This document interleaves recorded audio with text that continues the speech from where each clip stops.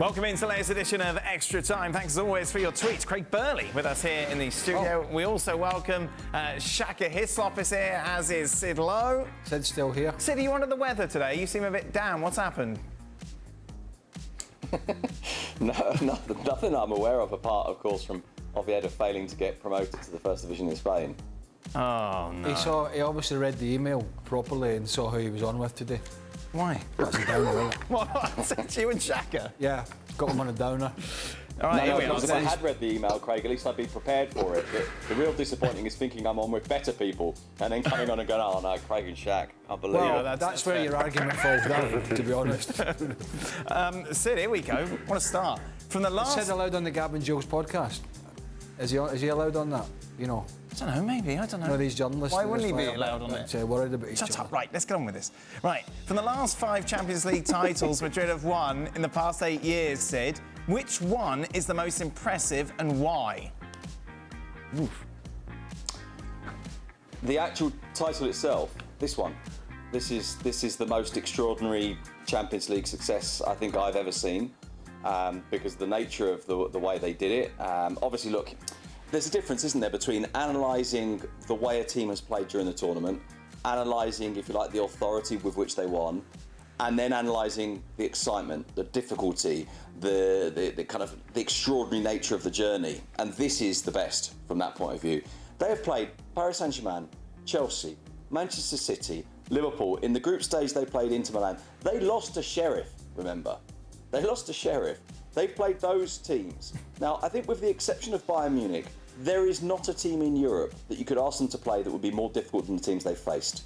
You know, if you chose the worst possible run to the final and the final itself, they've basically had it. And yes, it's true, there've been moments when they've been on edge. Yes, it's true, there've been moments where we've looked at it and thought, how on earth does this happen? Now, we can't explain this, but that's what makes it great. This is not just the best of their 5 recent Champions Leagues. I think this is the best European Cup win of all of them. I think there's a book in there somewhere for you, Sid. Oh, yes. Busy. Here you are, Sid. Sort it out. Quiet summer. Yeah. Shaka, Courtois has been almost as vital as Benzema to Real Madrid's success this season, yet, as with most goalkeepers, he's nowhere near the conversation for the Ballon d'Or. Why do goalkeepers not get the recognition they deserve? Because people don't understand or respect the position as they should. I've been saying that forever, Dan. Yeah. Well, it's quite a simple answer. They just don't get it because they're goalies. Well, and there's an unwritten rule that they should never be allowed to achieve anything other than saving the ball. Sid, what's the view of most I mean, they wear gloves. Sid, what's the view of most La Liga fans towards the Premier League? They're basically failed outfield players. Oh, don't start. At the school playground, it becomes crystal clear at an early age. Right, get the big tall one that looks as if his shoelaces are tied together. Give him a pair of gloves. That's Shaka. That is not at all true. I'll stick to that. Sid, what's the view of most La Liga fans towards the Premier League? Is one league generally rated more higher than the other?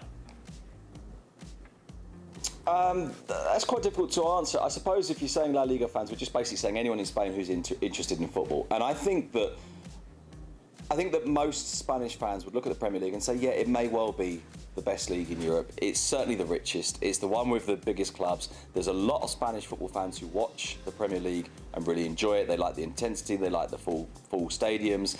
They like the way it's packaged. It looks good. But obviously what this Champions League has done has kind of fueled a little bit those who have tried to resist that, and those who actually have kind of got angry. And you get some people, certainly in the Spanish media, who will get sort of upset about the idea that, oh, everyone talks about the Premier League and they forget about their own league. They forget, and obviously that becomes borderline. Sort of there's almost a sort of stupid element of patriotism that kind of runs into it at times. But I think most Spanish football fans think the Premier League is very, very strong, and actually, in truth, probably think it might be slightly stronger than Spain. But that Spain still has, obviously, in the case of Real Madrid, the biggest club of all. But in the case of Real Madrid and Barcelona and Atletico and Sevilla and Villarreal, some really, really big clubs too. Saw that Lampard was fined £30,000, Craig, by the FA for his comments about the officiating from the Everton-Liverpool match. What was the largest money you paid during your career?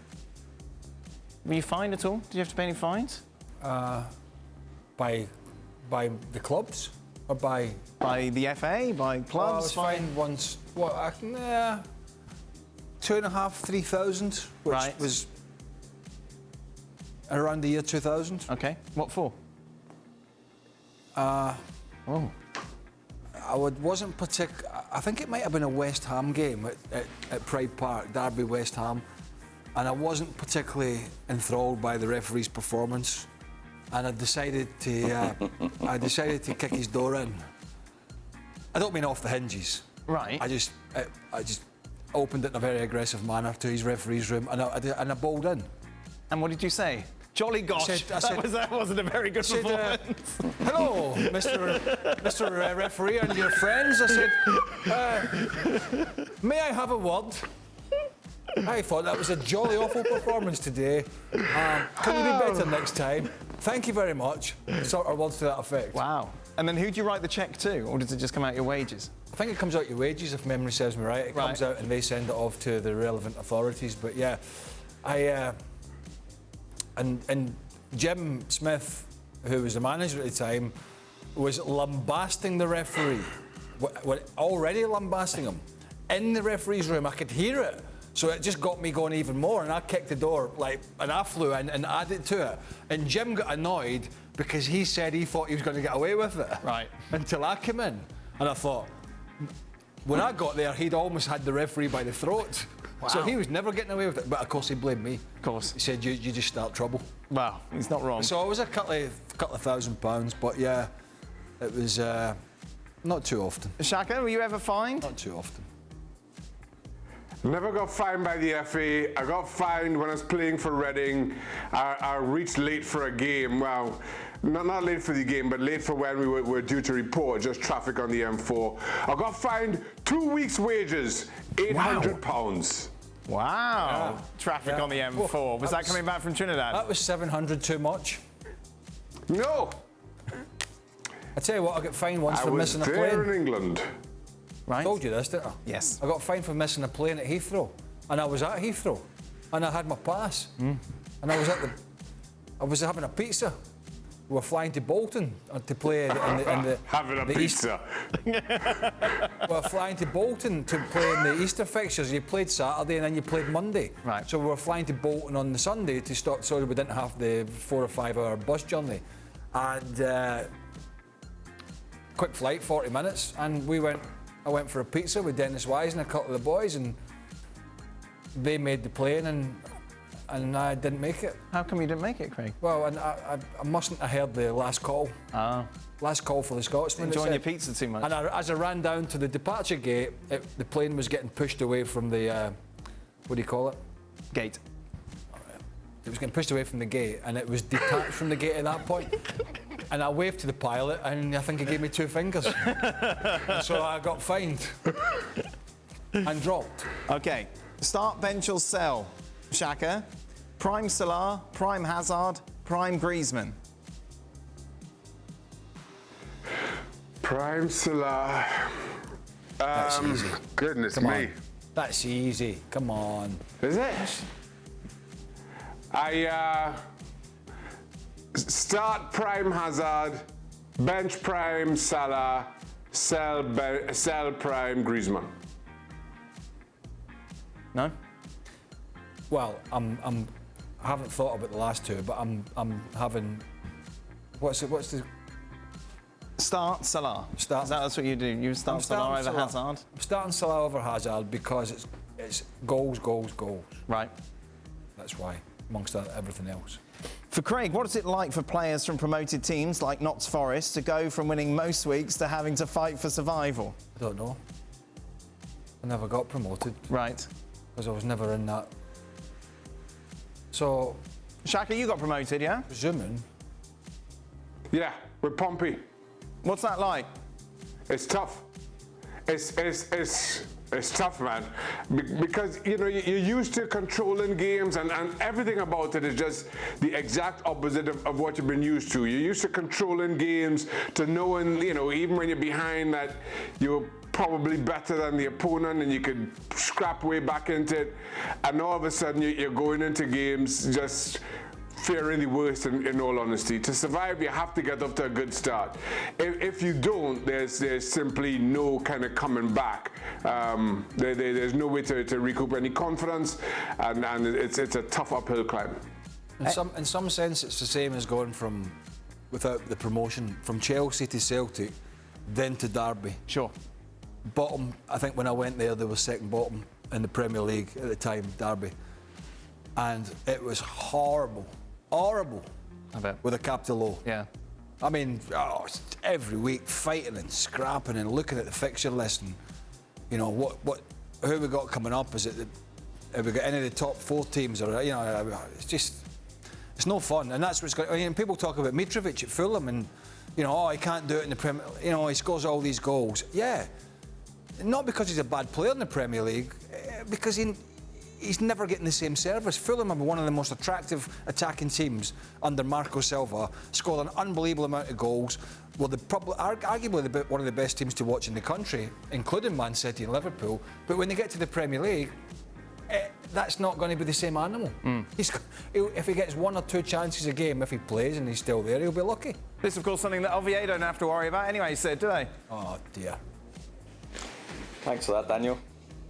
So what happened? They thought they'd been promoted. Did they think that they were in the playoffs? Was he as horrible a little man when he was in Spain with you? I want Sid to tell the story. It was worse.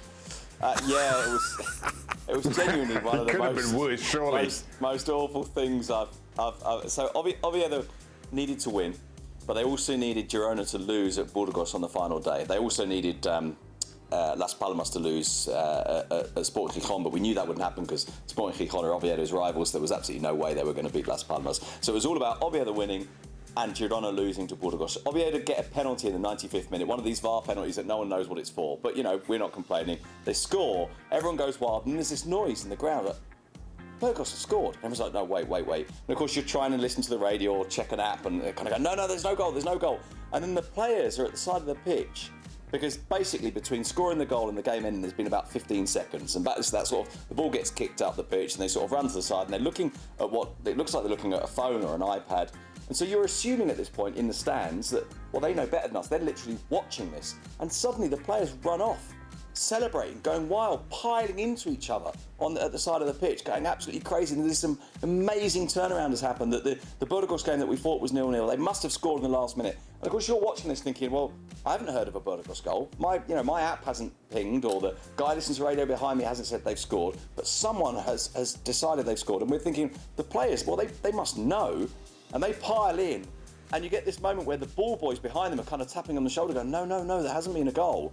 And so the pile kind of unfolds again, and the players are standing there going, what? And you get this bit of footage where one of them, a guy called Mateos, a forward, is looking at his phone and kind of just shaking his head going, that goal that we thought that Burgos had scored just doesn't exist.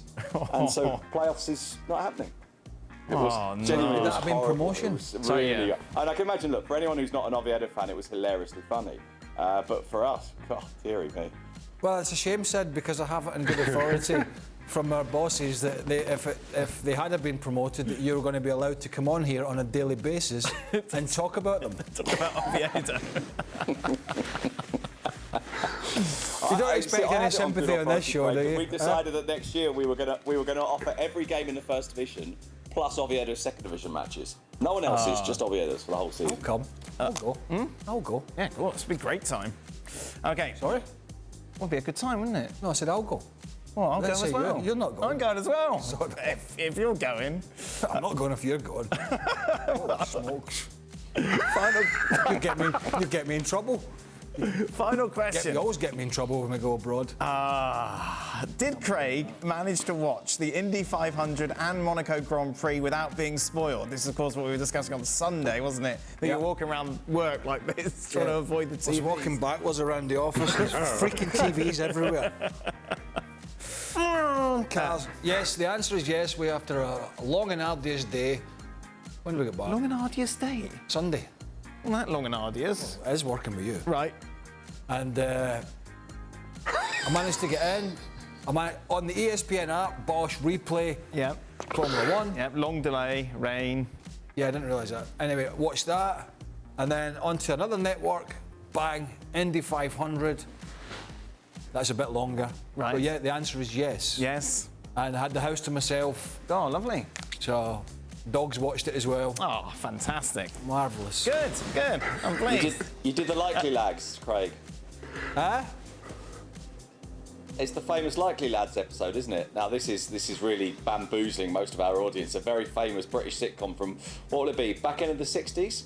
Something like that. And it's a famous episode of the Likely Lads where they decide they want to watch Match of the Day on the Saturday nights. They avoid the schools all day and everyone's trying to say to them, no, I don't want to hear anything, don't want to hear anything. And they sit down to watch Match of the Day having avoided it all day. And that afternoon's games have all been cancelled, so the game's not on at all. Very good. There you are. It said say audience. So, yes. Audience? 1960s sitcoms. That's what you come here for. That is it. Thank you very much. ESPN FC back on your screens tomorrow. Scotland, of course, in action against Ukraine. Yep. Craig will be here. Kay will be here to take you through it. Well, thank you very much for watching ESPN on YouTube. For more sports highlights and analysis, be sure to download the ESPN app. And for live streaming, premium content, and let's not forget as well, ESPN FC 7 days a week. Subscribe to ESPN Plus.